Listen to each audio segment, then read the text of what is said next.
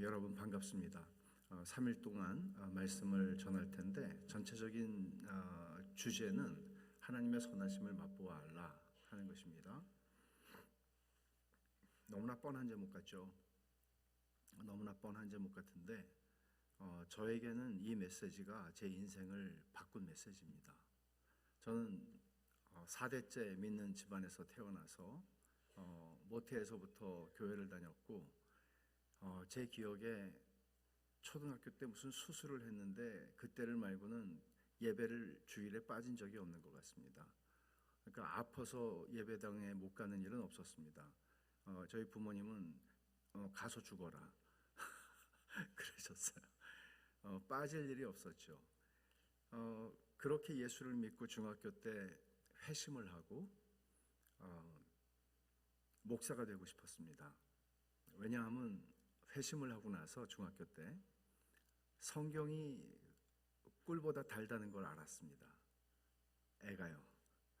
그리고 중학교 1학년들을 데리고 성경 공부를 가르치기 시작했습니다. 저희 형이 사다 놓은 주석 같은 거 몇 개를 보면서 그렇게 해서 또 하나님의 부르심을 받고 목사가 되었는데 한참이 지나서야, 저는 인도네시아 선교사로 잠시 있었습니다. 한참이 지나서야 하나님이 선하시다는 게 이런 건가? 그리고 그거는 저와 제 아내와 제가 전하는 설교와 모든 걸 바꿨습니다. 그리고 그 전과 그 후가 얼마나 바뀌었는가 하면 말씀을 전할 때 사람들의 반응도 바뀌었습니다. 그러니까 여러분, 이쯤 제가 말씀을 드리면 약장사도 아니고 왜 저렇게 또 처음부터 저러나 이런 생각을 하실 수 있을 텐데, 저는 그걸 여러분들하고 3일 동안 좀 나누기를 원합니다. 물론 3일이라는 시간이 굉장히 짧고 설교를 뭐 4번밖에 못하지만 평생 하고 싶은 이야기죠. 그리고 이거는 김영익이라는 사람이 하고 싶은 얘기가 아니라 하나님께서 성경을 통해서 그걸 하나님이 이런 하나님이신 걸 우리에게 보이시는 거고 알리시고 싶으신 것이겠지요.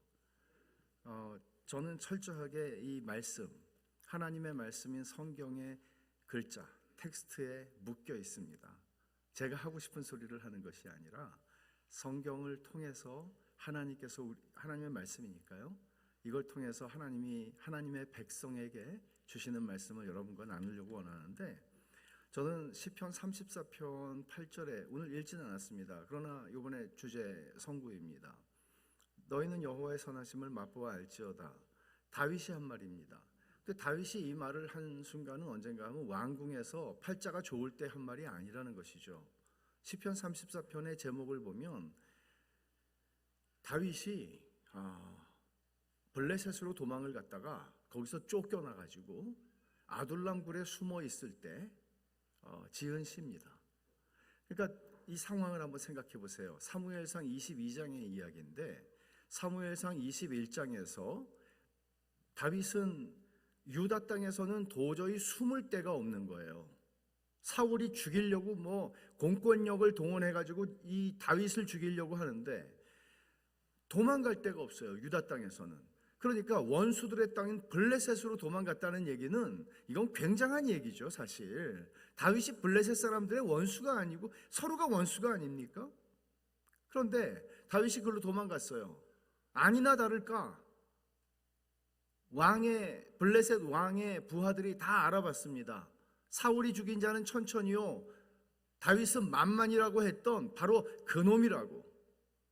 그러자 다윗은 참 체면 빠지게 말이죠, 미친 척하면서 침을 질질 흘리면서 대문짝에다가 대문짝에 글자 왜 쓰겠어요? 미친 척하는 거죠. 그렇게 하고 빠져나옵니다. 이 미친놈 데려가라고. 그리고는 다시 유다 땅으로 돌아왔습니다. 아둘람 굴이라고 하는 굴 속으로 숨습니다. 근데 마침 다윗의 아버지 형제들이 쫓아옵니다. 왜요? 다윗이 역적인데 다윗의 집안이 편안하게 살 수가 있었겠습니까? 다윗이 왔다는 소식을 듣고 어떻게 해서 다윗이 숨어 있는 곳으로 옵니다. 근데 여기에 온 사람이 400명이었습니다. 근데 이 400명은 도움이 되는 사람이 하나도 없었어요. 이 사람들은 환난당한 자, 마음이 원통한 자, 빚진 자. 그러니까 이런 사람이 저는 미국에서 개척을 해봤어요. 근데 개척할 때 한 400명 오면 얼마나 좋겠어요? 근데 이런 400명은 하나도 도움이 안 되는 400명이잖아요. 건강한 사람이 없어요. 마음이 원통하고 빚지고 환난 가운데 있는 사람들이에요. 자기 앞가림도 못하는 사람들 400명이 쫓아왔어요. 다윗이 이때 나이가 몇 살이냐? 20대였습니다. 그러니 얼마나 황당했겠습니까? 잠이 안 왔겠죠. 우리가 때때로 성경을 읽을 때 행간을 읽을 필요가 있습니다. 너무 상상력을 많이 만드는 것도 위험하긴 하지만 한번 상상해 보십시오. 20대의 젊은이가 사울에게 지금 쫓기고 있는 신세인데 도망갈 데가 없어서 블레셋까지 갔다가 왔는데 미친 척하고 살아와서 아둘람에 숨었는데 400명이나 되는 사람들이 밀려온 거예요. 의지하겠다고. 내 인생 하나도 감당하기가 힘든데 400명이나 되는 사람들이 나를 의지하겠다고 온 거예요. 잠이 오겠습니까? 그래서 달이 밝았는지는 모르겠습니다만은 달 밝은 밤에 그 아둘람 굴 어귀에 나와서 아마도 제 상상은 다윗이 이 시편 34편을 썼을 것 같아요. 근데 이 시편은 정말 놀랍죠. 너희는 여호와의 선하심을 맛보아 알지어다라고 얘기를 하는데 우리는 그냥 언뜻 생각하면 다윗은 왕이니까 팔자가 편하고 모든 게 다 말만 하면 되는 사람이니까 그렇게 말할 수 있겠지라고 생각하지만 반전이죠. 이런 상황에서 다윗이 이런 말을 해요. 이 말은 너희는 여호와의 선하심을 맛보아 알라고 말한다는 이야기는 다윗은 그거를 맛보고 있다는 얘기잖아요. 내일 내가 살아있을지 몰라요.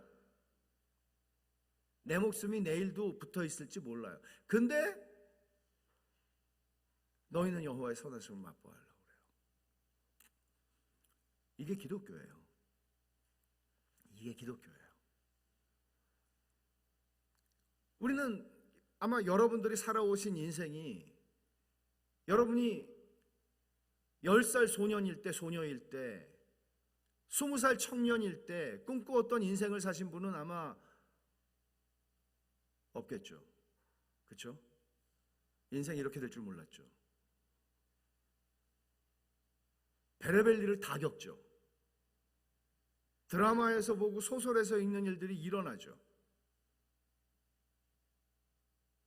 하나님이 선하신데 왜 그럴까요? 하나님이 선하신데 왜 우리 인생에는 이런 일들이 일어나죠? 그리고 우리는 그런 일들을 만날 때, 그런 일들을 거짓없이 마주할 수밖에 없을 때 우리는 하나님의 선하심을 맛보아 알라고 말할 수 있을까요? 그렇게 말은 할 수 있을지 모르겠지만 내가 하나님의 선하심을 그 환경 속에서 맛보아 알고 누리고 기뻐할 수 있을까요? 이게 기독교라고요. 저는 성경 전체를 통해서 하나님께서 그 말씀을 하시는 거죠.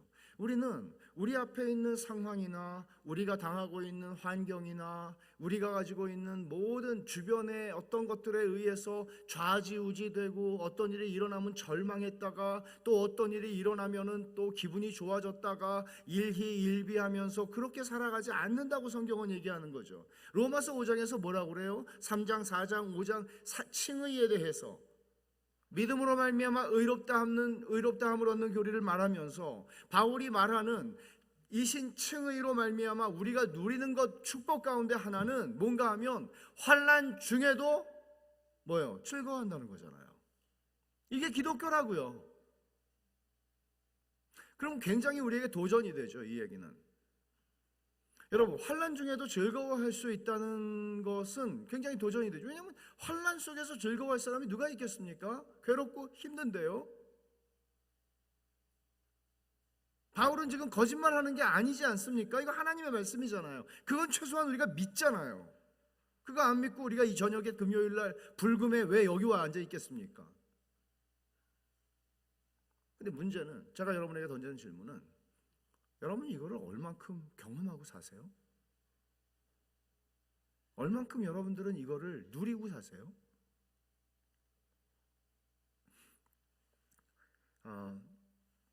우리가 믿는 하나님은 어떤 하나님입니까? 여러분, 예수님을 예를 들어서요, 이 자리에 계시는 어르신들 가운데에서도 한 60년 정도 아니면 70년, 80년 예수를 믿으신 분들도 계실지 모르겠어요. 어떤 분은 30년, 어떤 짧은 분은 한 몇 년. 자, 그럼 한번 생각해 보십시다. 하나님을 믿는다고 할 때, 하나님을 믿는다는 얘기는 하나님과 동행한다는 말이잖아요. 거듭난 사람들의 속에는 예수 그리스도께서 성령으로 말미암아 우리 안에 내주하시잖아요.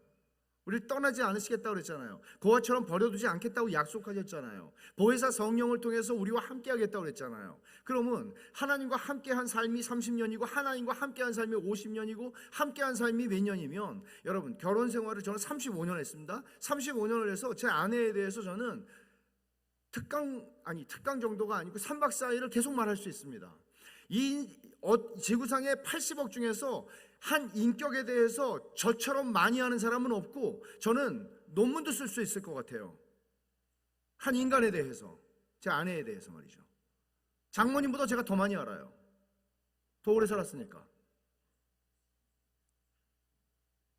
질문은 이겁니다. 여러분은 하나님에 대해서 얼만큼 정확하게, 그리고 진실하게, 그리고 깊이 있게, 얼마나 오랫동안, 얼마나 많은 내용을 말하실 수 있으세요? 우리 장로교회가 표준문서라고 얘기하는 웨스트민스터 신앙고백서에는 하나님에 대해서 말할 때 이렇게 말하죠. 시작을 이렇게 해요. 하나님은 무한하고 불변하고 영원하시다. 무한하신 분이에요. 우리는 우리의 뇌와 우리의 모든 지각과 인식은 다 유한한데 하나님은 무한하세요. 불변하세요. 변화무쌍하면 우리가 그분이 누군지 알 길이 없겠죠. 어제나 오늘이나 내일이나 영원토록 불변하세요. 동일하세요. 그래서 우리는 그분을 알 수 있어요. 그런데 영원하세요. 우리는 유한한 존재인데 그분 영원하세요. 그럼 우리가 하나님을 아는 지식이라고 말할 때 우리의 하나님을 아는 지식은 끝이 없다는 얘기잖아요. 무한하신 분이니까요. 그럼 여러분들은 그 하나님을 10년 알았고 30년 알았고 50년 알았고 혹은 1년 알았다면 얼만큼 말하실 수 있으세요? 저는 한국 교회에 한 9년 전에 한국에 들어와가지고 생각지도 않게 광주에 가서 살게 됐어요. 광주에 있는 교회를 목회하고 있으니까. 근데 한국에 들어와서 한국 교회를 배우고 있어요. 남부전원교회도 신천지 아웃 그렇게 써놨더라고요. 보니까 저는 때때로 한국에 집회하러 들어왔을 때도 그런 생각을 했죠. 가는 교회마다 신천지 아웃 써 있어요. 목사로서 한편으로는 이렇게 말씀드리는 걸 용서하세요. 쪽팔렸어요. 신천지는 어디 가서 복음을 들어요?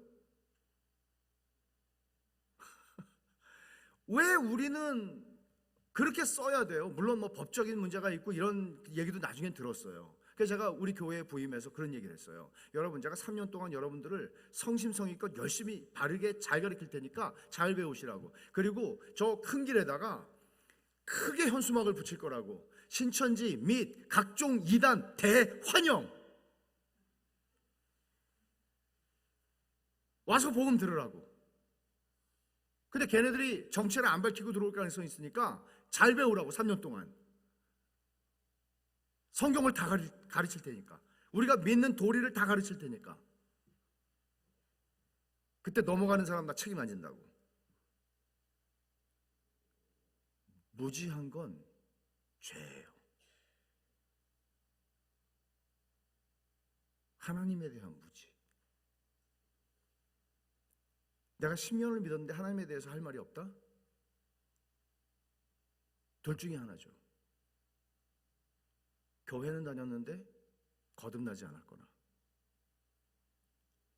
교회가 하도 안 가르쳐가지고 못 배웠거나. 여기에 다른 대답이 있을 수 있어요? 한국 교회가 왜 그렇게 신천지한테 농락을 당했죠? 무지하니까. 무지하니까. 내가 믿는 하나님에 대해서 정확한 게 없으니까. 제 아내가 버젓이 살아있는데 어떤 여자를, 이쁜 여자를 데리고 와서 이게 당신 아내입니다. 그러면 여러분은 아이고 감사합니다. 내 아내가 이 사람이었구나. 그럴 사람이 세상에 어디 있어요? 이 사람 아닌데요? 이분이 하나님입니다. 그러면 하나님 아닌데요? 나 하나님 아는데? 이게 기독교예요. 자, 그럼 또 한 번 얘기해 보죠. 큰일 났습니다. 저 지금 시작도 못했거든요. 써 있는 원고는. 감사합니다. 천천히 할게요. 오늘 저의 그 질문은 이거예요. 야구 경기는 승부 날 때까지 13회전까지 해도 불평 안 하고 그거 지켜보는데 자존심이 상하죠. 자존심이 상하죠. 여튼 하나님을 아는 지식이 왜 안 생기는가 하는 문제를 한번 가만히 생각을 해보세요. 제가 볼 때는 첫째는 목사들의 책임이에요. 안 가르쳐요. 왜 안 가르칠까요? 가르치면 싫어해서. 적어도 한국교회가 1980년대 이후에 한국교회의 지상 목표가 생겼어요. 그건 세계복음화가 아니고 하나님 나라 건설이 아니고 그거는 대형교회가 되는 겁니다. 소위 교회 성장입니다. 모든 신학생 때부터 신학생들은 교회를 성장시키는 방법론을 배우기 시작합니다. 그리고 꿈을 꿉니다. 내가 대형교회 목사가 되겠지. 그리고 경쟁합니다. 교회가 커지려니까 문턱을 낮춰야죠. 누구라도 들어올 수 있는 거죠. 그러나 사실 성경은 이렇게 얘기하죠. 네가 거듭나지 않으면 하나님 나라를 볼 수 없느니라. 저는 지금 9년 됐거든요. 광주에 가서 목회를 하고 있는데 오는 분들이 있으면 거듭남을 확인합니다. 제가 척 보면 알겠습니까? 확인하고 어떤 분들은 그래요. 이제 새가족 교육을 6주 동안 제가 안 하고 이제 담당자가 합니다. 그리고 나서 제가 이제 등록 신방이라는 명목하에 만나죠. 그럼 예배 드리지 않아요. 몇 시간이고 얘기해요. 그리고는 거듭났는지 안 났는지를 질문합니다. 그리고 거듭났다고 얘기하면 보통 거듭났다고 생각한다고 얘기를 하는 분들이 많은데 그러면 제가 증거를 대라고 말합니다. 그래서 한간에 교회 안에 김 목사가 압박 면접하더라. 그런 말 하는 분들도 계세요. 안 물어보죠. 물어보면 기분 나쁘니까. 어떤 경우에는 목사도 상처를 받고 목회를 하다가 힘들어서 내려놓고 교인으로 등록하는 사람이 있습니다. 장로도 옵니다. 그래도 물어봅니다. 거듭냈냐고. 목사라고 거듭난다는 법은 없지 않습니까? 장로라고 거듭나는 법도 없지 않습니까? 니고데모한테 말씀하셨잖아요. 주님이 거듭나지 않으면 안 된다. 구약학자에게. 우리에게 영적인 입맛이 근본적으로 없다는 것은 거듭나지 않았다는 하나의 증거입니다. 영적인 식욕이 없는 거죠. 여러분, 죽은 사람은 식욕이 없잖아요. 근데 또 하나 있습니다. 그 사람이 거듭났지만 아플 수 있습니다. 아프면 밥맛이 없지 않습니까? 그러니까 목사들이 가르치지 않는 지상 목표를 이루기 위해서 뭐죠? 교회 성장이에요. 우리가 큰 교회가 되는 거예요. 그러니까 난리가 나죠. 포스터 붙이고 돌리고 연예인 데려오고 난리가 납니다. 사람들은 유명세에 끌리고 연예인을 보고 싶어 해서 오고 기타 등등. 그러나 진짜 복음을 전하지 않습니다. 복음을 전하면 다 떠나갑니다. 요한복음 6장에서 우리가 본 것처럼 오병이어로 잔뜩 먹여놨더니 주님을 따라서 또 이 사람들이 부지런히 따라왔습니다. 주님이 말씀하시죠. 너희가 날 따라온 거는 나를 믿으려고 하는 게 아니고 먹고 배불러서지. 그리고 주님이 설교를 시작하세요. 요한복음 6장 길잖아요. 설교를 하니까 사람들이 뭐라고 반응을 해요? 어렵도다. 근데 어려워서 어려운 거 아니죠.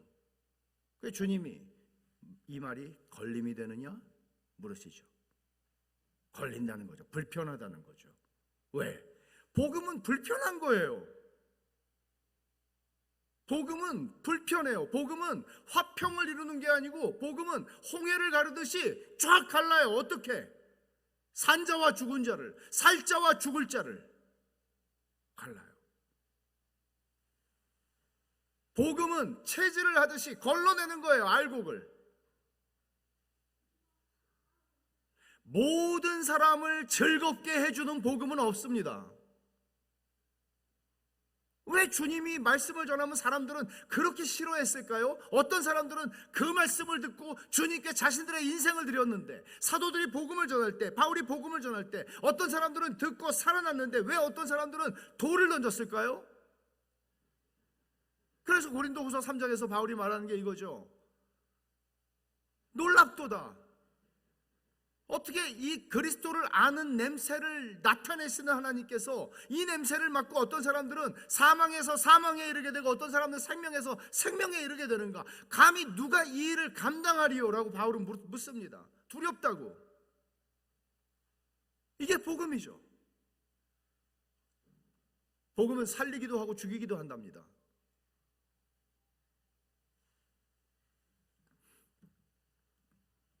저는 그 복음이 여러 가지로 설명할 수 있겠지만 복음은 하나님의 선하십니다. 이 말은 굉장히 좋습니다. 왜냐하면 하나님이 선하시다는 말은 얼마나 좋아요. 하나님이 선하시니까 우리는 이렇게 생각할 수도 있죠. 하나님이 선하시니까 내 인생의 장래를 마치 이 장밋빛 주단을 깔아놓은 것처럼 내 인생을 그렇게 이끌어 주시겠구나. 그러나 실제로 다윗은 여호와의 선하심을 맛보아 알지어다라고 말한 다윗은 지금 쫓기고 있었고 그 생명이 경각간에 있었고, 그리고 그는 시편 23편에서 말하기를 뭐라고 말합니까? 여호와는 나의 목자시니. 세상에 이거보다 얼마나 많은 사람이 이 말씀을 좋아해요. 자기 생각대로 좋아하는 거죠. 그러나 다윗은 이렇게 말하잖아요. 사망의 음침한 골짜기를 지나간다고. 우리 인생은 그런 거라고요. 문제는 사망의 음침한 골짜기를 지나갈 때가 있는데 그래도 여호와는 선하시다고, 여호와가 나의 목자시니 내게 부족함이 없다고, 그의 선하심과 인자하심이 정녕 나를 따른다고, 그가 원수의 목전에서 내게 상을 베풀어 주신다고, 이렇게 고백하는 게 기독교거든요. 그러니까 기독교를 이길 수가 없죠. 욥의 얘기를 해볼까요? 하나님이 욥의 믿음을 칭찬하셨어요. 자, 욥이 고난받은 이유가 뭐예요?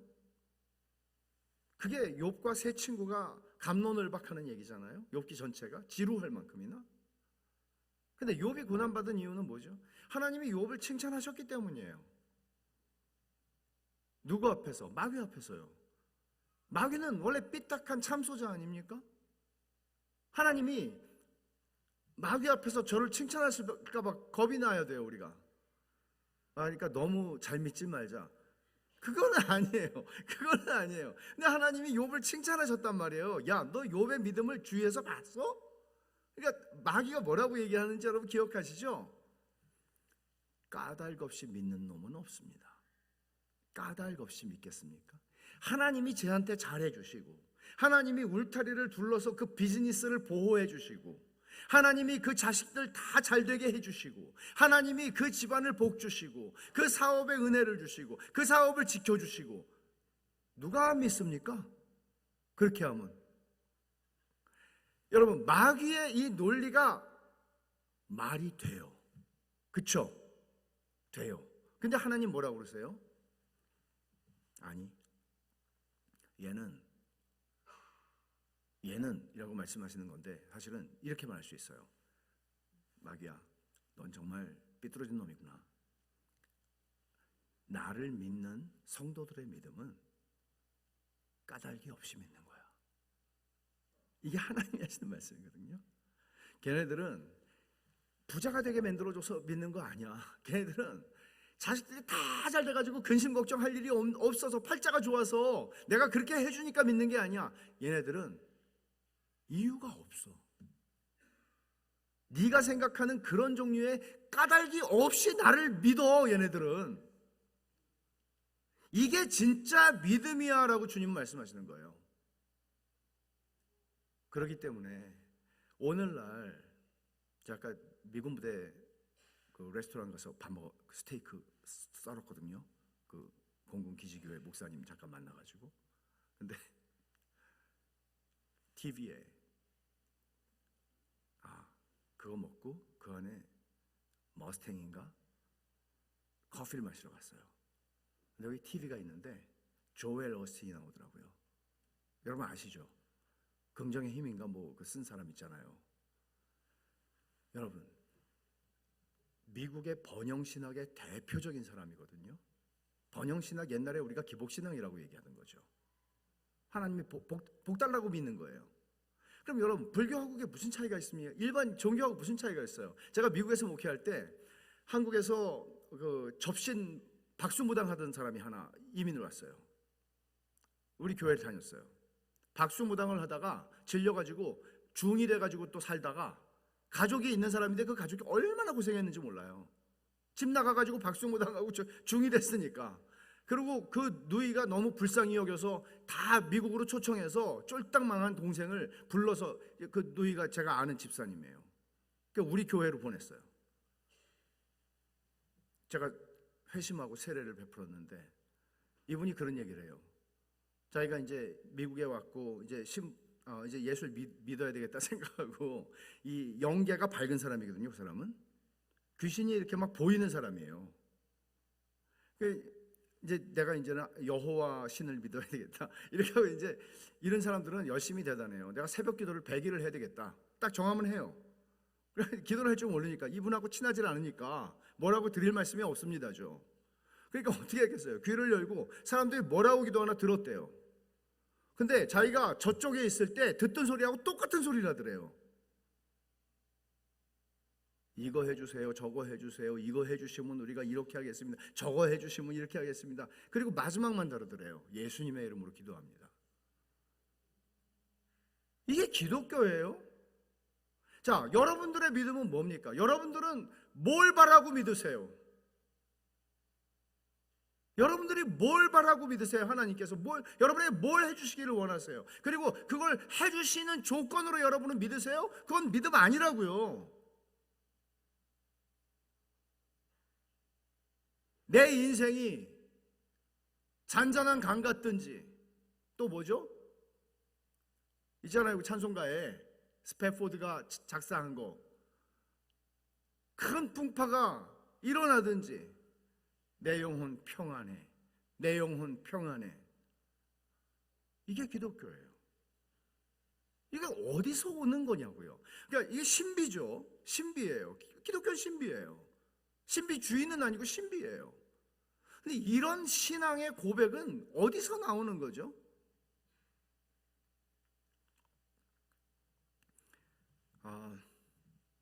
우리가 신앙생활을 하는데 신앙을 서게도 하고 넘어지게도 하는 그 근본적인 토대, 그것은 뭔가 하면 하나님을 아는 지식입니다.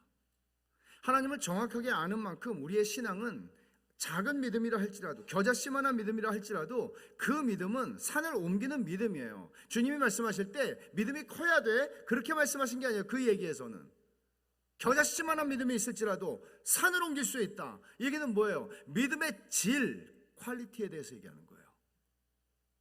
진짜 믿음이면 아무리 작은 믿음도 너 자신을 구원하는 거야. 그 믿음으로 내가 너를 구원해. 그리고 그 믿음은 내가 너에게 선물로 주는 믿음이야. 이렇게 말씀하는 거예요. 물론 큰 믿음을 우리는 원해요. 그러나 문제는 뭔가 하면 이게 내가 진짜 믿음인가? 소위 이렇게 표현하는 거죠. 이것이 구원 얻는 믿음인가? Saving faith인가? 구원 얻는 믿음인가?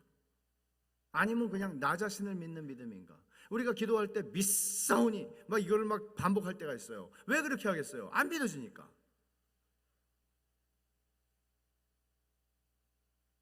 믿어지는데 뭘 자꾸 믿사오니 자기한테 그렇게 하겠어요? 주님, 이 모든 일들이 깜깜하지만 저는 압니다. 저는 하나님께서 하나님의 기쁘신 뜻대로 그 주권을 통해서 그 일을 이루어 주시기를 원하고 내 원대로 마옵시고, 왜냐하면 나는 지혜가 부족하니까 하나님의 원대로 하나님의 뜻이, 기쁘신 뜻이 하나님의 지혜를 따라 이루어지게 해주십시오. 그리고 어떤 일이 일어나도 나는 낙심하지 않고 절망하지 않고 하나님이 그 일을 하나님의 때에 하고 계시는 거야. 그렇게 나는 평안함을 잃지 않겠습니다. 이게 믿음이죠. 이게 믿음이죠. 여러분, 기도할 때, 그러니까 기도할 때 간절히 내가 원하는 걸 하나님 앞에 구합니다. 하나님, 정말 이건 큰일, 정말 이거 죽고 사는 문제입니다. 하나님, 이거 들어주셔야 합니다. 그렇게 기도하고요. 여러분이 이제 믿음을 테스트하는 거예요. 자기 믿음을. 내가 믿음으로 기도하였는가. 그럼 이렇게 하셔야 돼요. 마지막에 이렇게 하세요. 꼭, 주님, 저는 이거 안 되면 죽습니다. 하지만 내 원대로 마옵시고 아버지의 뜻대로 하옵소서. 그렇게 하고 이제 아멘, 예수님의 이름으로 기도합니다. 아멘하고 딱 돌아서 눈 뜨고 나오는데 불안한 거예요. 마지막에 한마디 한 걸 또 진담으로 들으셨을까 봐. 내가 지금까지 1시간을 가슴을 치면서 하나님 앞에 부르짖었는데 그걸 들으셔야 되는데 마지막에 내가 그냥 빈말로 내가 아니 아주 빈말은 아니지만 그래도 내가 예의상 한 그 말을 주님이 진짜로 그 말대로 하실까 봐. 그러면 우리는 믿음으로 기도한 게 아니에요. 아버지의 뜻대로 되길 원해요. 주님, 나 이거 안 되면 나 죽어요. 근데 아버지 뜻대로 되길 원해요. 왜냐하면 그게 답이니까요. 그렇게 했는데 마음이 편안해져요. 그때는 하나님께서 우리 인생을 어떻게 인도하셔도 내 마음이 흔들리지 않을 수 있어요. 물론 힘들 수도 있고 다 이런 게 있죠. 그렇지만 이게 믿음으로 사는 삶이거든요. 자, 그럼 이제 본론으로 좀 들어가 볼게요.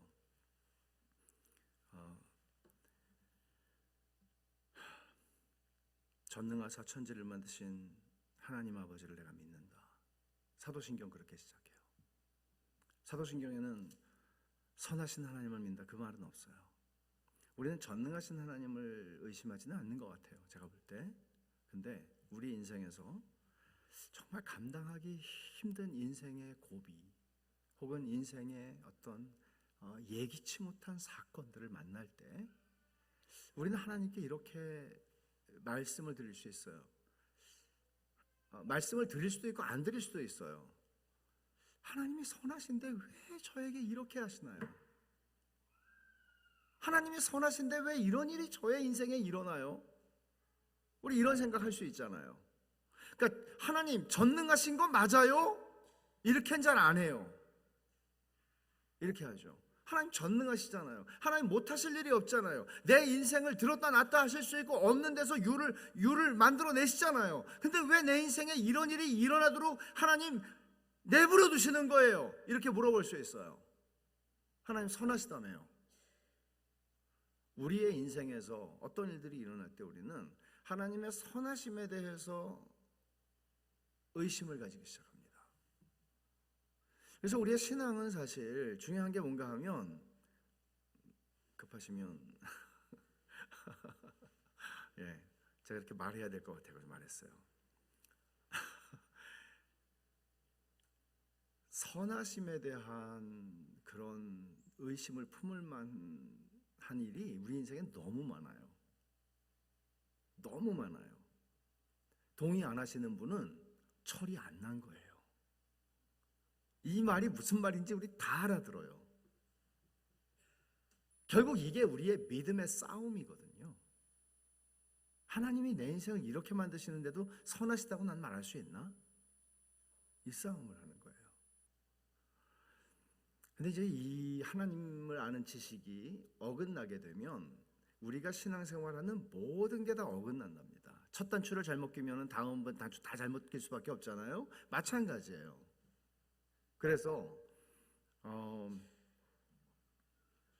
기독교를 이렇게 이해하는 거예요. 하나님을 모른다는 증거는 뭔가 하면 기독교는 뭐 이렇게 하라는 게 많아, 하지 말라는 게 많고, 이렇게 말하는 거는 기독교를 모른다는 얘기죠. 하나님을 모른다는 얘기죠. 기독교를 의무의 목록이라고 이해를 하는 거죠. 그렇습니까? 아닙니다.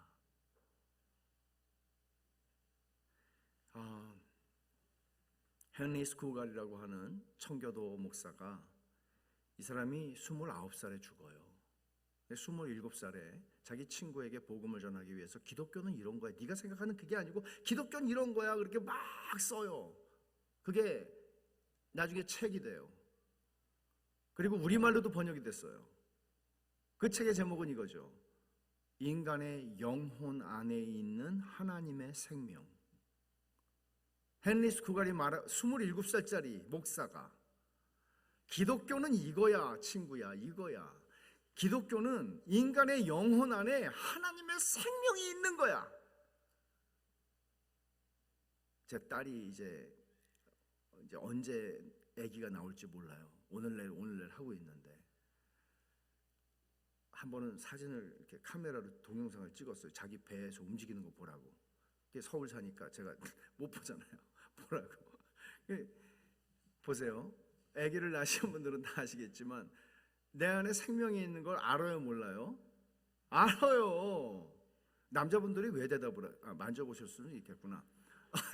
알아요. 아는데 하나님의 생명이 인간의 영혼 안에, 내 영혼 안에 하나님의 생명이 계세요. 그럼 그걸 알아요, 몰라요? 모르는 거는 있을 수 있죠. 아직은 임신 테스트를 안 해봤을 때 있는데 모를 수는 있어요. 근데 그런 가능성이 있습니다. 그런데 보통 시간이 흐르면서 알지요. 그죠? 헨리 스쿠갈은 이게 기독교야. 기독교는 네가 믿는다고 생각하는 게 아니야. 관념이 아니야. 기독교는 개념이 아니야. 기독교는 신념이 아니야. 기독교는 하나님의 생명이 내 안에 들어와 사시는 거야. 이렇게 얘기하는 거예요. 이게 기독교예요. 이거 부인할 수가 없어요. 그러면 그분이 나의 구주, 나의 주님이세요. 주님이 내 인생의 주님이에요. 내 생각의 주님이에요. 내 말의 주인이에요. 내 마음의 주인이 되세요. 그분이 가라 그러면 가고 쓰라 그러면 쓰는 거예요. 우리가 연약해서 순종하지 못할 때가 되게 많아요. 그래서 우리는 그걸 또 깨닫고, 주님 잘못했습니다. 나 주님 뜻대로 살고 싶어요. 이게 믿는 하나님의 생명이 그 안에 있으면 우리는 그렇게 돼요. 그렇게 인생을 10년, 20년, 30년 살면 어떻게 되겠어요? 주님 닮은 사람 되는 거예요. 그래서 제가 주일 아침에 그 말씀 전할 거예요. 주님 닮은 사람 되는 거예요. 내가 생각하는 주님이 아주 변화무쌍하고 성질 좀 안 좋으시고, 그렇게 내가 하나님을 오해하잖아요. 그럼 그렇게 갈 수 있어요. 하나님을 모르기 때문에. 그러니까 제가 10년 전에 쓴 책이 우리가 하나님을 오해했다라고 하는 책인데, 그 책의 서론 부분을 제가 좀 다루려고 그래요.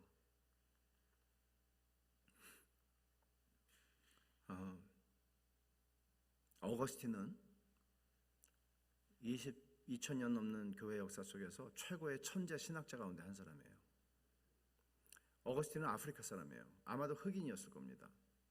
이 사람이 엄마 모니카가 예수님을 믿게 됐죠. 아버지는 재력이 있는 사람이었습니다. 그래서 당시에 카르타고, 한니발의 나라 카르타고로 유학을 보냅니다. 17살짜리. 근데 머리가 너무 똑똑하니까 공부를 해도 머리가 남아요. 이해 못 하시죠? 해도 머리가 남아요. 그래가지고 이 17살짜리 머리에, 17살 밑에, 죄송합니다, 머리에 피도 안 말았다고 말할 수도 있잖아요. 조심해야지, 요즘 말을 도대체. 근데 얘가 이제 어떤 여자를 데리고 살면서 애까지 낳아요. 그리고 마니교의 심취, 마니교라는 거는 플라톤의 철학에 근거해서 만들어진 신학적 종교예요. 거기에 신비주의 종교죠. 거기에 빠져요. 심취해요. 그리고도 머리가 남아요. 근데 왠지 그는 어머니 모니카가 자기를 위해서 기도하는 걸 알지만, 기독교로 돌아가면 이 재미있는 세상에 이 재미있는 것들을 다 버려야 된다고 생각하니까 자기는 절대로 기독교로 돌아갈 수 없다고 생각했어요. 이렇게 재미있는데 세상이. 그에게 하나님 찾아오셔서 그를 잡으셨어요. 30살 때. 어거스틴이 하나님께 간 게 아니고 하나님이 와서 그 인생을 잡으셨어요. 회심하게 되죠.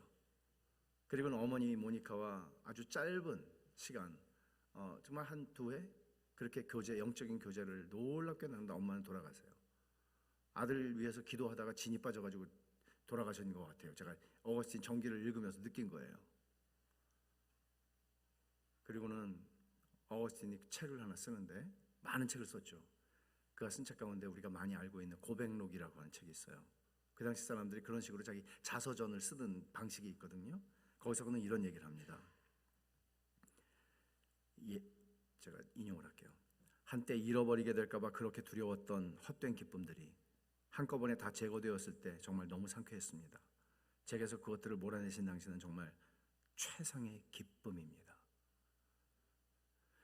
어거스틴은 하나님을 이렇게 말한 거예요. 하나님, 제가 그렇게 놓치기 싫어했던 그 기쁨들, 소소한 인생의 기쁨들, 이게 싹 사라져버렸을 때 상쾌했대요. 왜? 주님이 진짜 기쁨이래요. 최상의 기쁨이래요. 그러면 어거스틴이 5세기에 만났던 하나님, 그리고 우리가 지금 21세기에 한국에서 믿고 있는 하나님은 같은 하나님이잖아요. 그죠? 그러면 여러분들도 그분을 최상의 기쁨이라고 느끼시는지요? 여러분들도 그분을 그렇게, 아니 그냥 틀에 박힌 고백을 그냥 가지고 와서 고백하는 거 말고 진짜 하나님 너무 좋아요. 최고입니다. 기뻐요. 내 인생 환경은 좀 그지 같은데 괜찮아요, 주님. 이게 있냐고요. 이게 기독교예요. 그러니까 하나님은 그렇게 크신 분이세요. 아니 크다고 어떻게 말할 수 있어요? 무한히 광대하신 분이에요. 이스라엘의 초대 왕이었던 사울은 사무엘상 14장에 보면 블레셋하고 전쟁을 벌이는데 당시에 군비가 이 경쟁이 안 되는 상대예요. 청동기 시대인데 블레셋은 무기를 제조할 수 있었고 이스라엘은 무기를 제조할 수가 없었어요. 그러니까 이게 게임이 안 되는 거예요. 전쟁이 붙었습니다. 근데 사울이 뜬금없이 이런 명령을 내리는 겁니다. 군인들한테 금식을 선포하는 거예요. 이게 자, 퀴즈. 사울이 금식을 선포한 동기, 이유가 뭘까? 첫째, 믿음이 엄청나가지고. 둘째, 믿음이 엄청 없어서. 자, 뭐 같아요? 네, 대답해 보세요. 1번, 믿음이 엄청나서. 땡. 죄송해요. 믿음이 없어서. 그러면 자, 이걸 이렇게 해석해 보세요. 다윗이 사무엘상 17장에서 누굴 만나나 하면 골리앗을 만나요. 그때 다윗이 골리앗하고 이제 전쟁을 이제 붙으려고 그러는데 잠깐만, 나 금식 좀 하고 올게. 다윗은 그렇게 하지 않죠. 자, 퀴즈. 다윗은 믿음이 너무나 좋아서, 믿음이 없어서 금식을 안 한 이유가 뭘까요? 1번이에요. 왜? 믿음이 있어서예요. 왜냐하면 뭐라고 그래요, 다윗이? 이 전쟁은 누구에게 속했다고? 하나님께 속했다고. 다윗은 이게 어떤 전쟁인지 알았어요. 확신이 있었다는 얘기입니다. 그래서 그는 금식할 이유가 없었어요. 근데 사울은 아무리 생각을 해봐도 이게 승산이 없어요. 자신이 없어요. 확신이 없어요. 그래서 하나님한테 금식을 하자고 하는 거예요. 그러면 어떻게 되는 거죠? 여러분, 자식 이기는 부모 없어. 내가 왜 막 부모가 결혼 반대하고 막 그러면 막 금식하는 그런 자식들 있잖아요. 나 죽어 엄마 막 이럴 수 있잖아요. 그러면 죽일 수는 없으니까 에이씨 해, 그럴 수도 있죠. 이런 금식이란 말이에요. 말하자면 내가 극단적인 종교적 형태의 어떤 것을 행위를 함으로써 하나님이 나에게 승리라고 하는 확신을 주시기를, 그걸 내가 극단적 형태의 종교 행위로 그 승리의 감각을, 느낌을 쟁취하려는 거예요. 내가 금식까지 했는데 하나님이 놔두시겠어 우리를? 이런 거죠. 근데 그거는 믿음으로 하는 금식이 아니라고요. 금식이라는 행위 자체는 종교적이지만 모든 금식이 믿음으로 하는 것은 아니에요. 그러니까 주님께서도 그것을 바리새인들, 유대인들의 무슨 문제를 산상보훈에서 지적하시지 않았습니까? 외식으로도 할 수 있고요. 다양한 동기로 우리는 할 수 있단 말이죠. 그럼 여러분, 우리는 어떤 노력을 해서 하나님을 감동시킬 수 없습니다. 여러분 무당들 그 굿하는 거 보셨죠? 옛날에는 시장에서도 많이 했거든요. 그러면 무당들이 하는 소리가 공통적으로 뭐가 있어요? 뭐가 모자란다? 정성이 모자란다. 그 사람들 하는 그 톤이 있잖아요. 정성이 모자란다 뭐 이렇게 하면서 뭐 짱짱짱짱짱 치고. 그 무슨 뜻입니까? 네가 500만 원짜리 굿해가지고 니네 아들 구할 것 같아? 1000만 원짜리 해야지? 신이 감동하겠어 500만 원으로? 이런 소리 하는 거예요. 이거는 기독교가 아니에요. 모든 종교는 이 논리에 갇혀 있어요. 기독교는 이런 의미에서 종교가 아니에요. 여러분, 이슬람이든 불교든 뭐든 간에 신을 감동시키겠다는 어떤 행위를 통해서 신을 감동시키겠다는 동기가 있습니다. 그러나 기독교는 뭐라고 그러는지 아세요? 인간은 하나님을 기쁘시게 할 수도 없고 죄인이기 때문에, 우린 죄를 져서 죄인이 되는 게 아니고 태어날 때부터 죄인이기 때문에 죄를 짓는 거예요. 인간은 하나님을 기쁘시게 할 수가 없어요. 여러분 생각해 보세요. 아주 미운 놈이 있어요. 근데 그 놈이 자꾸 내 사랑을 받으려고 내 앞에서 자꾸 뭘 해요. 그럼 여러분 이쁘시겠어요 그게? 더 짜증나죠. 그죠? 성경은 본질적으로 인간이 그런 관계 속에 하나님과 있다고 말해요. 원수고요 하나님의, 죄인 되었고요, 스스로를 구원할 수 있는 능력이 없을 만큼 무력해요. 이게 죄인이에요. 로마서 5장에서 바울이 말하는 거죠. 기독교는 뭔가 하면, 제가 답을 먼저 말씀드릴게요. 하다가 중간까지 하다가 그냥 내일로 제가 시간이 되면 좀 미루려고 생각하니까 오늘의 답을 제가 먼저 말씀드릴게요. 종교는 내가 노력해서 하나님을 감동시키는 거예요. 그러면 어떻게 되겠어요? 하나님이 나한테 내가 원하는 걸 줄 수도 있겠죠. 왜냐하면 하나님이 나보다 강하다는 전제가 있잖아요. 내가 할 수 없는 걸 하나님이 해요. 신은 해요. 그래서 신의 힘을 빌어요. 인간적인 노력을 다 내려놓을 수밖에 없는 자리에서 신의 도움을 얻기 위해서 신을 감동시키는 구슬을 하든지 뭐 별짓을 다 하겠죠. 그러면 신이 나한테 보답해 줄 거 아니에요. 이게 종교예요. 기본적으로 이게 종교예요. 그러면 기독교는 뭔지 아세요? 기독교 복음은 뭔가 하면 이거예요. 하나님이 인간을 감동시키는 거예요. 이게 기독교예요. 이게 복음이에요. 인간도 어지간해서 감동을 안 하는 존재들이에요. 얼음장 같고 뭐 정말 차가운 돌 같은 그런 마음을 가진 존재들인데, 하나님이 우리를 감동시키실 때까지 포기하지 않고 두들기시고 찾아오시고 심지어 당신의 아들을 십자가에 내어주시기까지 우리에게 당신의 선하심을 베푸셔서 끊임없이 죄인인 인간들을 그 마음을 여시고 감동하시고 하나님을 사랑하게 하세요. 이게 기독교입니다.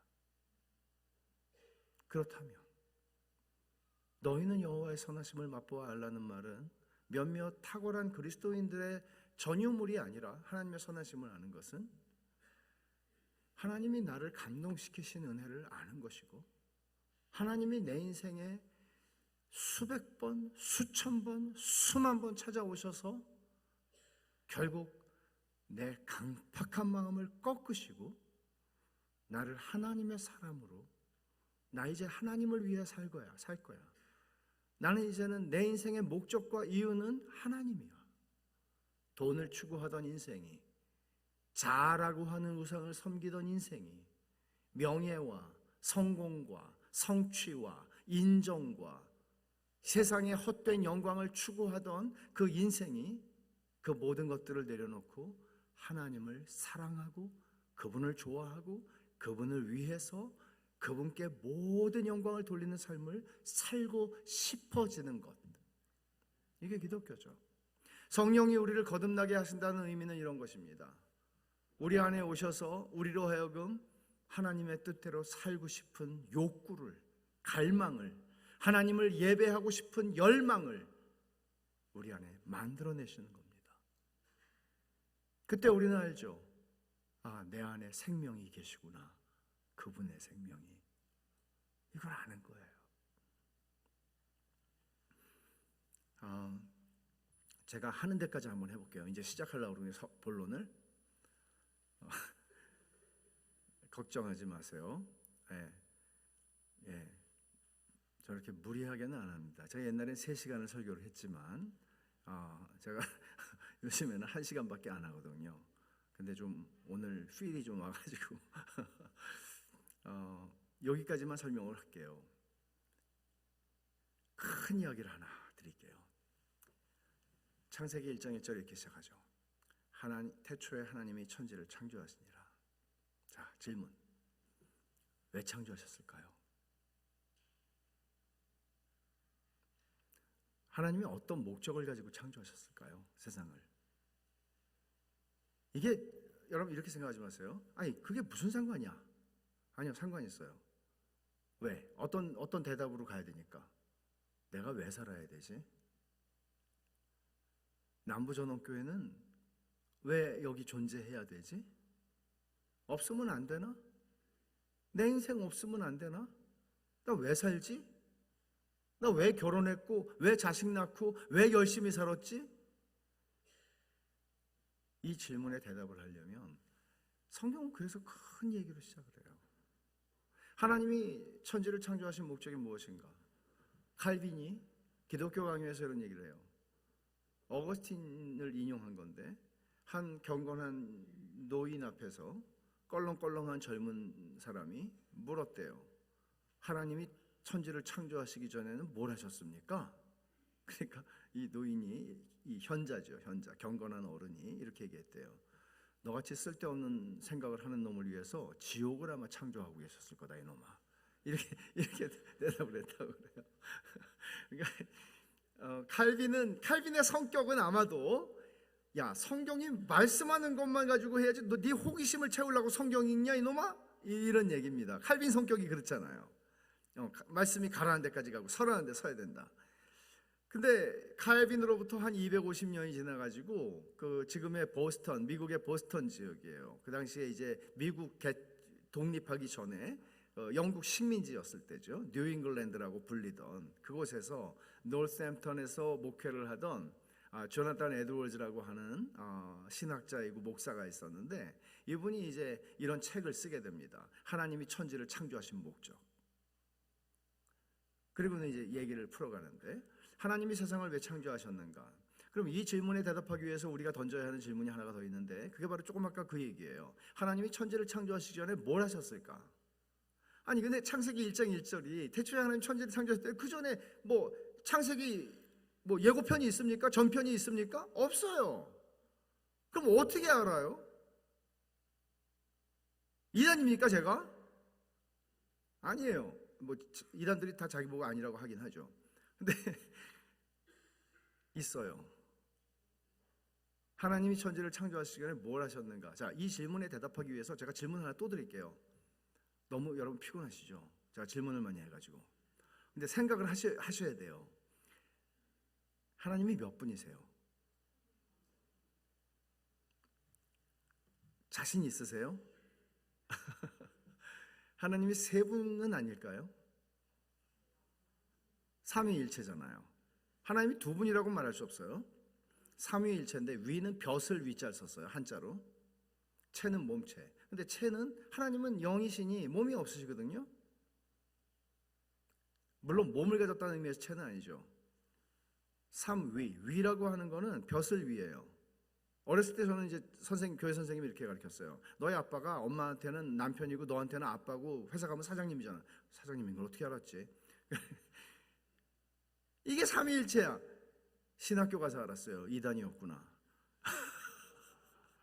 옛날엔 다 그렇게 가르쳤어요. 사실은 교회에서, 그죠? 그렇게 우리가 알았어요. 근데 그게 옛날에 이단이었어요. 고대 그런 식의 설명은. 말하자면 하나님은 한 분이신데 어떤 사람에게는 이 역할, 어떤 사람에게는 이 역할, 성부의 역할, 성자의 역할. 그럼 보세요. 하나님이 세상을 이처럼 사랑하사 독생자를 주셨으니 그러면 하나님은 성부 하나님이고 독생자는 성자 하나님인데 그럼 하나님이 자기를 보내신 거예요? 내가 가는 것이 너희에게 유익하다. 내가 가면 보혜사, 또 다른 보혜사를 너희에게 보내주마. 그러면 예수님이 내가 다녀올게. 근데 옷을 갈아입고 올 테니까 니네가 못 알아볼 수도 있어. 그 얘기예요? 아니에요. 예수님도 보혜사세요. 또 다른 보혜사 성령을 보내시겠다는 거예요. 보혜사의 역할을 하시는 거예요. 예수님도 성령님도. 그럼 여러분, 위라고 번역된 이 벼슬 위자는 영어를 번역한 거예요. 트리니티. 여기 3도 있고 유니티도 있잖아요. 1도 있잖아요. 이걸 번역한 게 삼위일체예요. 한자로. 그러면 우리는 예를 들어 웨스트민스터 신앙고백을 읽어보면 웨스트민스터 신앙고백은 영국 사람들이 만든 거죠. 스코틀랜드 영국 사람들이 만든 신학자들이 100명 이상이 모여가지고 5년 동안 만든 거예요.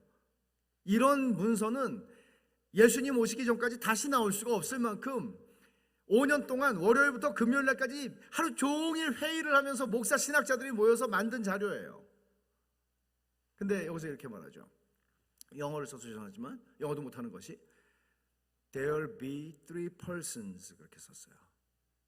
그러면 be라고 한 거는 옛날도 아니고 지금도 아니고 미래도 아니고 언제나 하나님은 세 분으로 계신다. Three persons.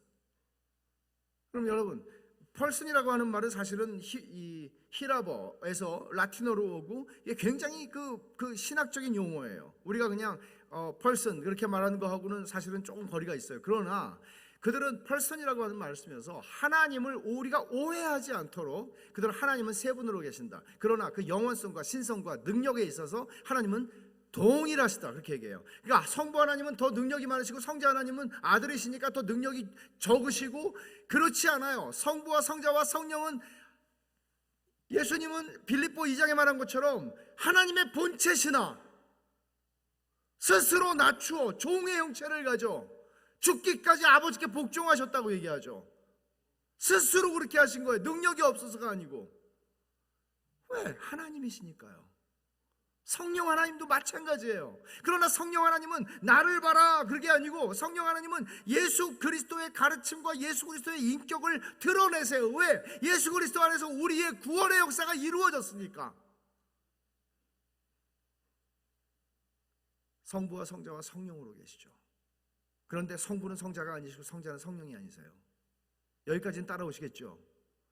그래서 웨스트민스터 신앙고백, 우리 장로교회가 400년 넘도록 우리의 표준 문서야. 성경 말고는 이거야말로 성경을 제일 잘 설명한 스탠다드야. 이렇게 얘기한 문서가 이렇게 얘기하는 거예요.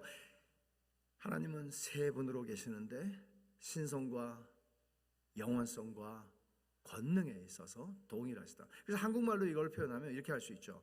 하나님은 세 분이시지만 하나야. 여러분 신학의 역사에 보면 유일신론이라고 우리는 믿고 유일신론이에요. 기독교는. 그러나 단일신론이라는 게 있어요. 단일신론의 대표적인 이단이 단일신론 이단이에요. 단일신론의 대표적인 이단이 뭔가 하면 여호와의 증인이에요. 여호와의 증인은 하나님 한 분이셔야 되기 때문에 예수 그리스도는 하나님이 만든 피조물이라고 얘기해요. 한 분이셔야 되기 때문에. 이게 단일신론이에요. 우리는 유일신론이라는 것은 하나님은 몇 분이시냐면 우리 한 분이라고 말하지 세 분이라고 말하지 않아요. 왜? 다신론이 아니니까.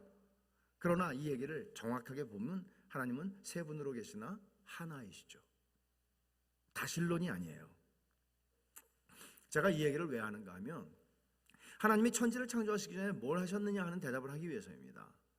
하나님이 천지를 창조하시기 전에 제 아들이 초등학교 3학년 때 그렇게 질문했어요. 저한테. 아빠, 하나님이 세상을 창조하시기 전에 뭘 하셨어?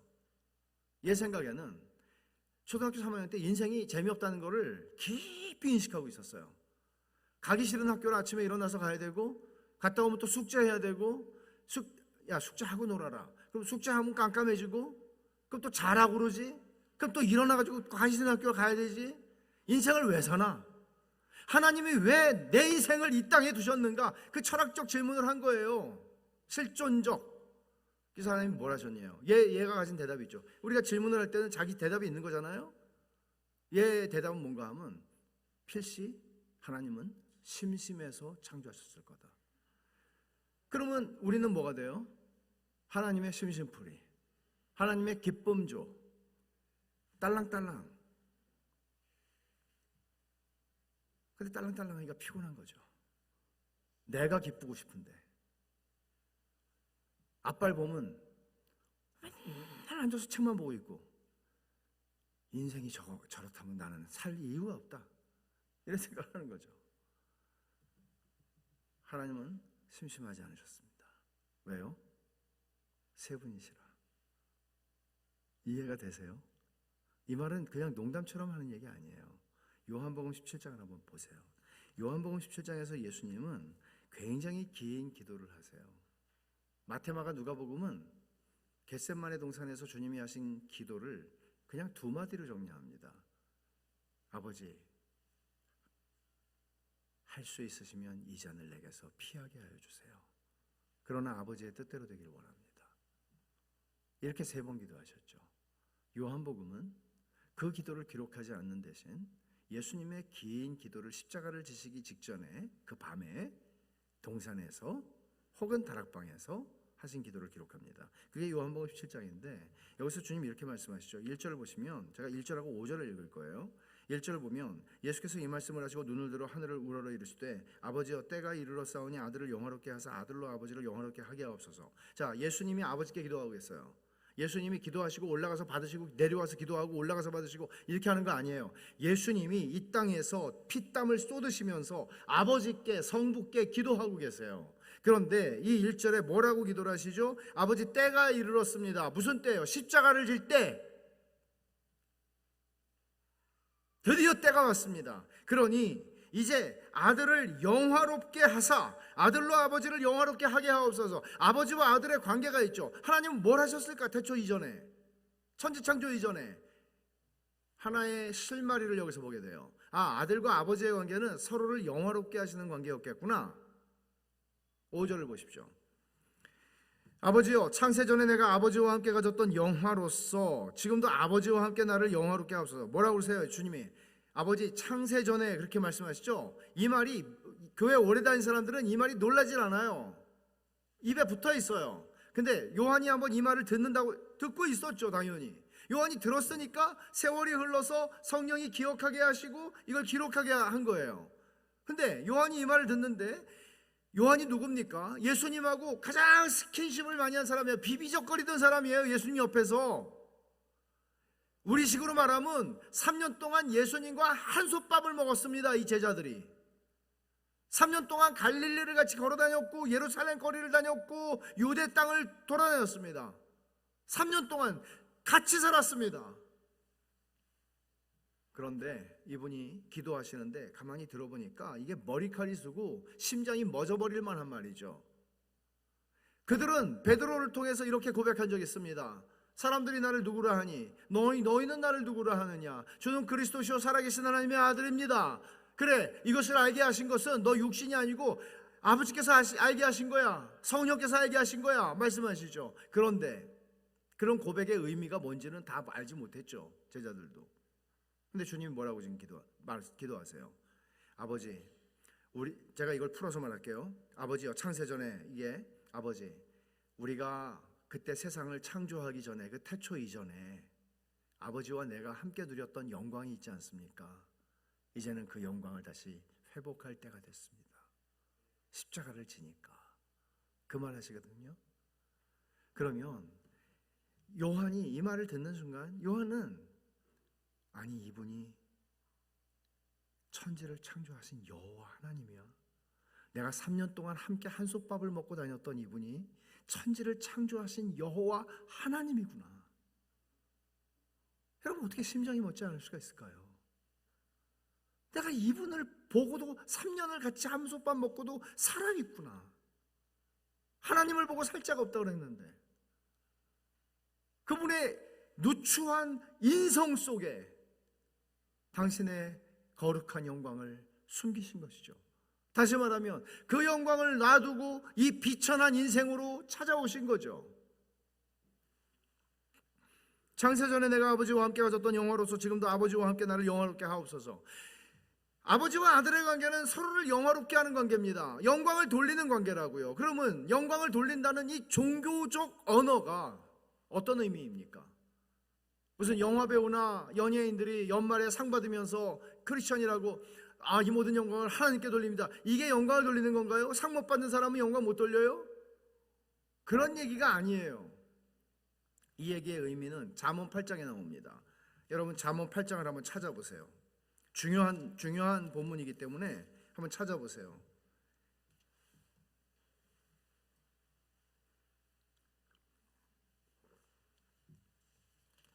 잠언 8장은 지혜가 주어예요.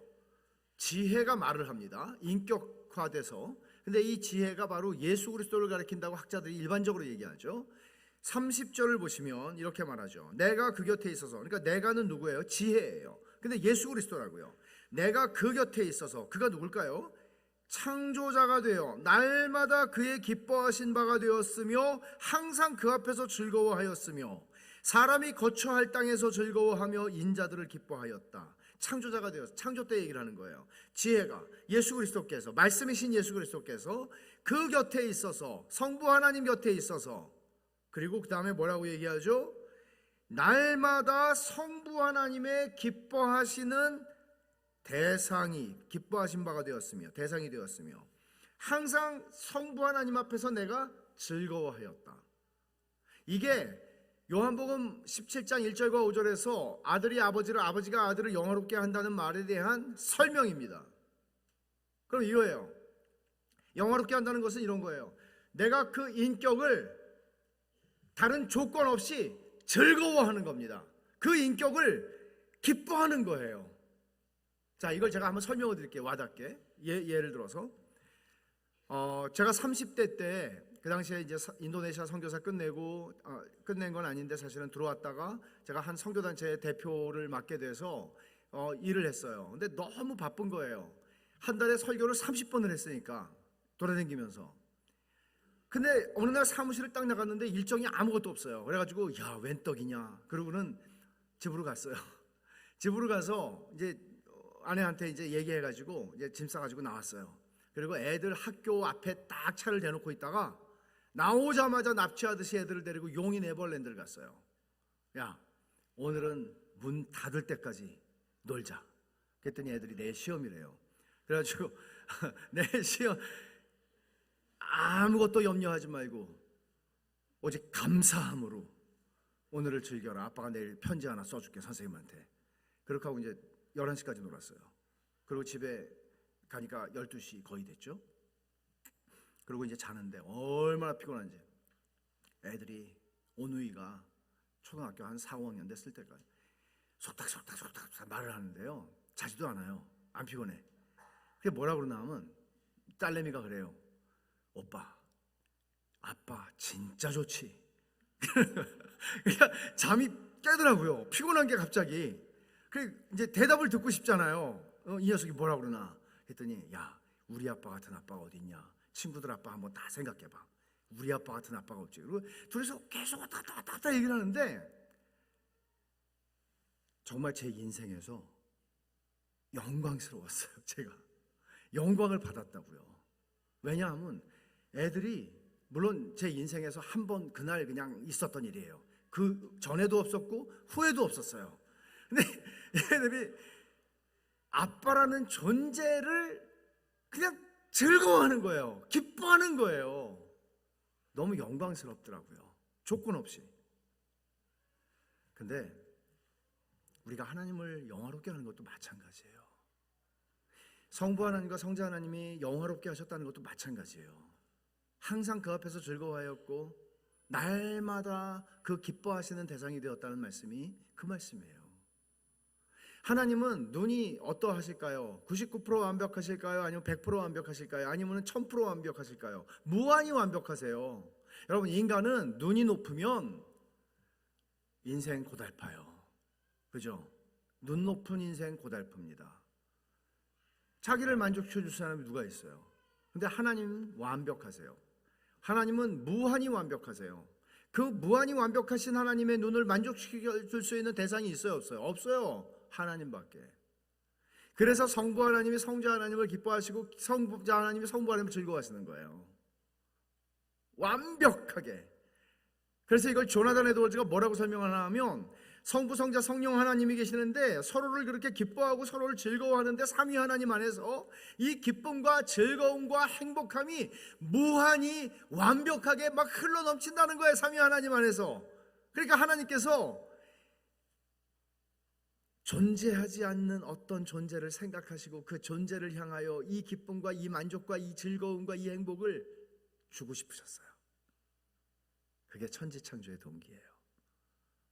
천지창조의 이 칼빈이 기독교 강요에서 이렇게 말해요. 인간을 하나님이 마지막 여섯째 날 마지막으로 창조하신 그 부성애적인 하나님의 부성애적인 사랑을 생각해 보라고, 묵상해 보라고. 하나님은 인간을 셋째 날 만들지 않고 첫째 날 만들고 기다려 마지막에 만드셨어요. 인간이 창조된 순간부터 불평 한마디 할 수 없을 만큼, 인간이 태어났을 때, 존재하게 되었을 때, 추워, 배고파, 일절 그런 불평이 없을 만한 퍼펙트한 세상을 하나님 만드셨어요. 첫째 날 지으시고 하나님이 친히 건축가가 되시고 감리도 마치세요. 보기에 좋다. 이튿날 또 작업을 하시고 감리를 하세요. 오케이. 그렇게 해서 하나님이 인간을 만드시고 인간에게 그 완전한 세상을 주세요. 가장 최적의 습도, 최적의 온도, 맛있는 먹을거리들, 무엇을 먹을까 무엇을 마실까 염려하지 말라는 말이 무슨 뜻인지 알아듣지 못할 만한 세상을 그들에게 주세요.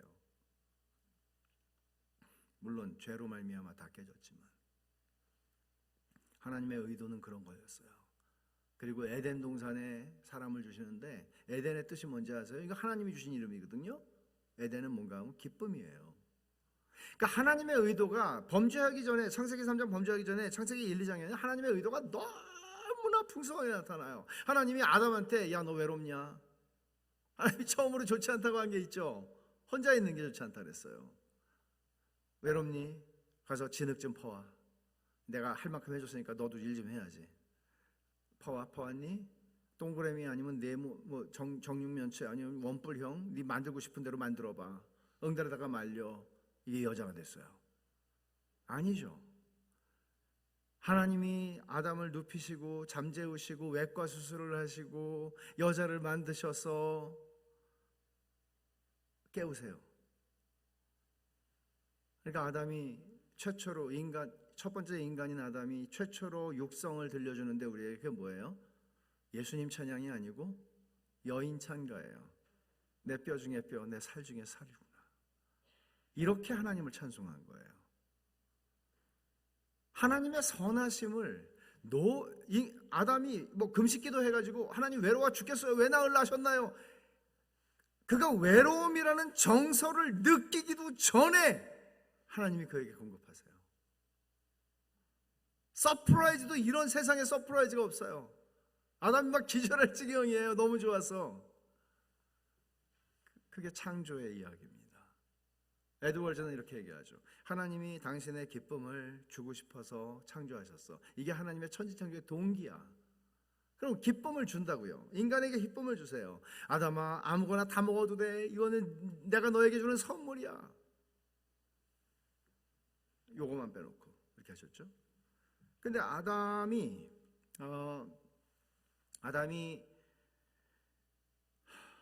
하나님이 주시는 기쁨을 누렸어요. 그러면 아담과 하와는 그 기쁨을 누리면서 뭘 했을까요? 기뻐했죠. 그럼 인간이 우리는 이 종교의 언어를 사용하잖아요. 그럼 하나님이 나에게 기쁨을 주셨어 그렇게 말하지 않아요. 뭐라고 말해요? 은혜 받았어 그래요. 은혜를 받는다는 의미는 제가 주일날 아침에 좀 설명할 기회가 있을지 모르겠습니다만은 은혜를 받는다는 의미는 하나님이 우리에게 기쁨을 주신다는 것을 경험하는 거예요. 하나님의 선하심을 맛보게 하시는 거예요. 그게 은혜를 받는다는 뜻이에요. 그러면 인간은 은혜 받은 사람은 뭐 콧물을 흘리고 눈물을 흘리고 막 그럴 수 있어요. 근데 은혜 받으면 너무 기뻐요. 세상과 나는 간대없고 구속한 주만 보이도다. 궁궐이나 빈들이나 거원이나 주님 계신 곳이 하늘나라야. 그렇게 고백하는 거예요. 아둘람 굴에서 여호와의 선하심을 맛보아하려고 말할 수 있는 거예요. 그러면 그런 사람이 뭘 할까요? 주님 너무 감사합니다. 주님 노래를 부르고 싶어요. 주님을 향해서. 주님을 예배하고 싶어요.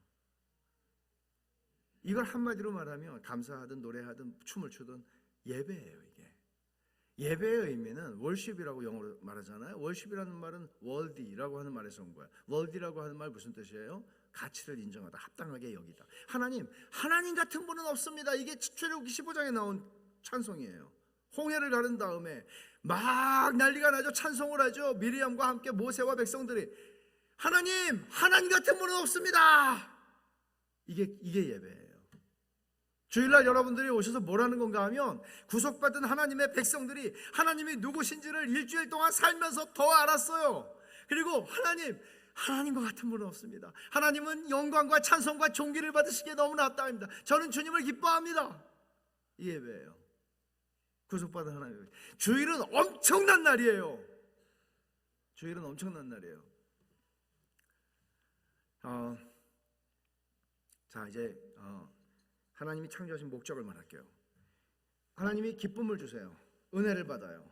그리고 하나님을 예배해요. 그럼 하나님 뭘 받으시죠? 영광을 받으시는 거예요. 이게 하나님이 천지를 창조하신 목적이에요. 하나님이 천지를 창조한 목적은 영광을 받으시기 위해서.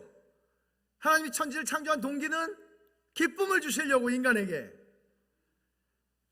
우리는 기뻐하도록 창조된 존재예요. 그래서 토마스 아퀴나스라고 하는 중세신학자는 이렇게 말합니다. 우리가 하나님을 기뻐하지 않는다면 우리는 필시 무엇인가를 기뻐할 대상을, 하나님을 대체할 대상을 찾고 있고 그것을 기뻐할 것이다.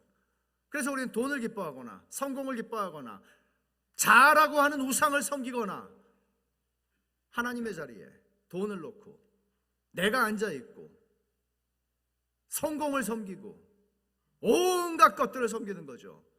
그래서 솔로몬이 성전을 지은 사람이기도 하지만 예루살렘에 자기의 그 이방 여인들을 위해서 예루살렘을 만신전이 되게 만든 사람도 솔로몬이에요. 이 예배당은 주 예수 그리스도께서 살아계신 성전이죠. 근데 만신전이 되는 거예요. 대한민국의 수많은 예배당, 미국에 있는 수많은 예배당, 아프리카에 있는 수많은 예배당 만신전이 되는 거예요. 하나님을 즐거워하지 않으면, 하나님을 즐거워하지 않으면 토마스 아퀴나스는 딴 걸 즐거워하게 돼 있어요. 그게 뭐예요? 우상이에요. 무슨 우상? 마음의 우상이에요. 마음의 우상. 자 이제 정리하겠습니다. 5분 동안 정리해야 되는데 오늘 본문을 어디 읽었는지 여러분 기억하세요? 그거 지금 시작도 못했잖아요. 그거 큰일 났습니다. 뭐 어떻게 되겠죠? 네, 될 줄은 믿습니다. 근데 이런 거예요. 웨스트민스터 신앙고백 제가 말씀드렸는데 여러분 아마 어렸을 때부터 신앙생활 하신 분들은 교회 다니면서 웨스트민스터 소요리문 다 배우신 분들 계실 거예요. 우리가 딴 건 몰라도 1번은 알아요. 뭐죠? 인생의 제일 가는 목적이 무엇이뇨? 그것은 하나님을 영화롭게 하고 그분을 영원토록 즐거워하는 것입니다. 그러면 인생의 목적이 하나님이 창조하신 목적하고 동일하죠. 하나님을 영화롭게 하는 거. 그리고 하나님을 즐거워하는 거, 기뻐하는 거죠.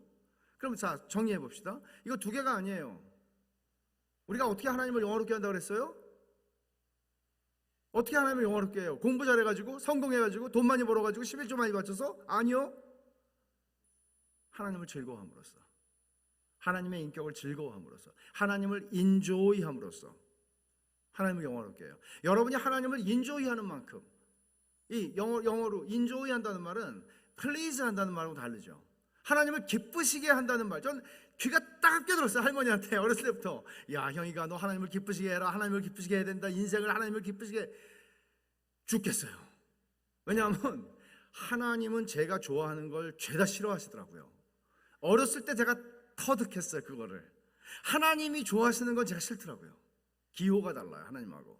근데 지옥 가기 싫으니까 하나님을 떠날 수는 없고, 하나님을 기쁘시게 해야 되는데 큰일 났다. 인생 종쳤다. 근데 웨스트민스터 신학자들은 하나님을 플리즈 하라고 말한 게 아니고 하나님을 인조이 하래요. 차이가 뭐예요? 여러분, 내가 기분 아주 그 성질 더러운 보스를 섬기는데 그 사람 성질 만족시켜 주려면 막 간도 빼고 술개도 빼고 다 막 비유 맞춰주고 막 죽겠죠. 근데 보스가 너무 좋아요.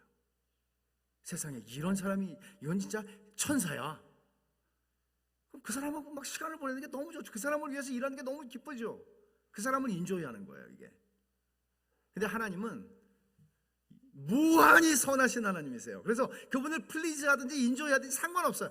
그냥 그분을 즐거워하면 내 안에 기쁨이 솟아요. 근데 그걸로 끝나지 않죠. 하나님의 영광을 받으세요. 하나님의 영광을 받으세요. 이게 신앙의 본질이거든요. 근데 우리는 신앙을 기복주의로 바꾸고, 번영신앙으로 바꾸고, 신앙을 율법주의로 바꾸고, 이거 지키면 네가 하나님, 네가 지키고 살아. 이것도 못 지켜. 복음은 율법주의가 아니에요. 복음은 우리 안에 있는 하나님의 생명을 누리는 거예요.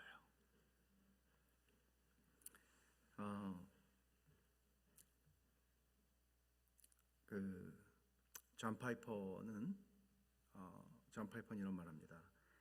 이 소요리문답 일문을 이렇게 정리를 했는데 명문장이에요. 이렇게 말해요. 우리가 하나님 안에서 최고로 만족할 때, 만족을 누릴 때 하나님은 우리 안에서 최고로 영광을 받으신다.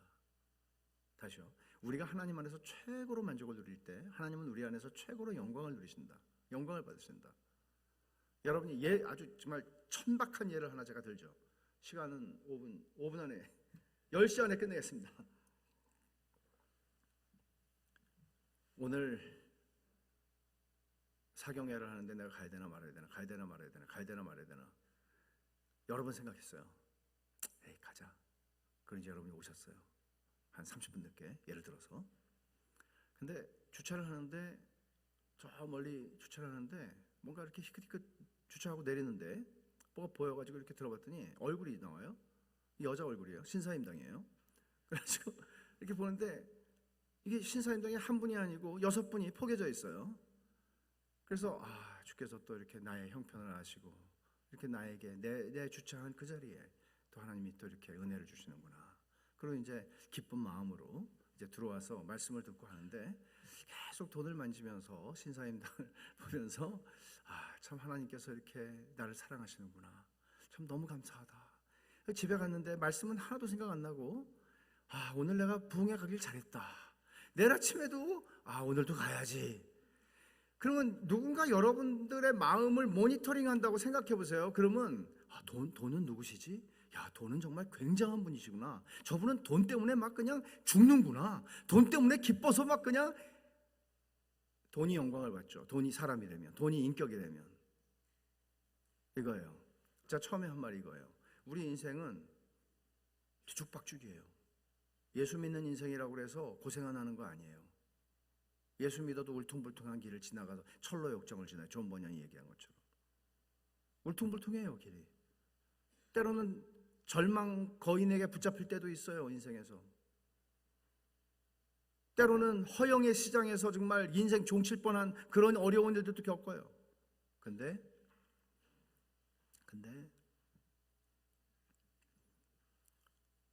그 모든 상황에서 하나님 때문에 정말 어떻게 보면 정말 내 살 이유를 발견하지 못해서 내가 스스로 끝내야 될 것 같은 상황인데, 누가 볼 때, 내 상황을 볼 때 하나님 때문에 살고 하나님 때문에 심지어 평안하기까지예요. 기적이죠. 이게 은혜의 기적이죠. 근데 이게 기독교랍니다. 여러분 이걸 아십니까? 하나님이 여러분들을 이것을 위하여 창조하셨고 이것을 위하여 이 기쁨을 상실한 인생들에게 그리스도를 보내셔서 그 기쁨을 회복시켜 주셨다는 사실을 아십니까? 이걸 누리고 사십니까? 이걸 위해서 주께서 피 흘려 교회를 사시고 교회를 세우셨다는 걸 아십니까? 제가 오늘 말씀을 내일 시작할 때 정리할게요. 생각해 보세요. 오늘 읽은 예레미야 32장 39절에서 41절이 오늘 제가 그 얘기한 거예요. 이거 끝내려고 읽은 말씀이에요. 근데 지금 시간이 지나갔으니까 제가 여기서 끝낼게요. 근데 집에 가셔서 이 말씀을 한번 읽어보세요. 오늘 들으신 말씀하고 이게 무슨 상관이 있는지 제가 내일 시작할 때 설명해 드릴게요. 마치겠습니다. 기도하죠.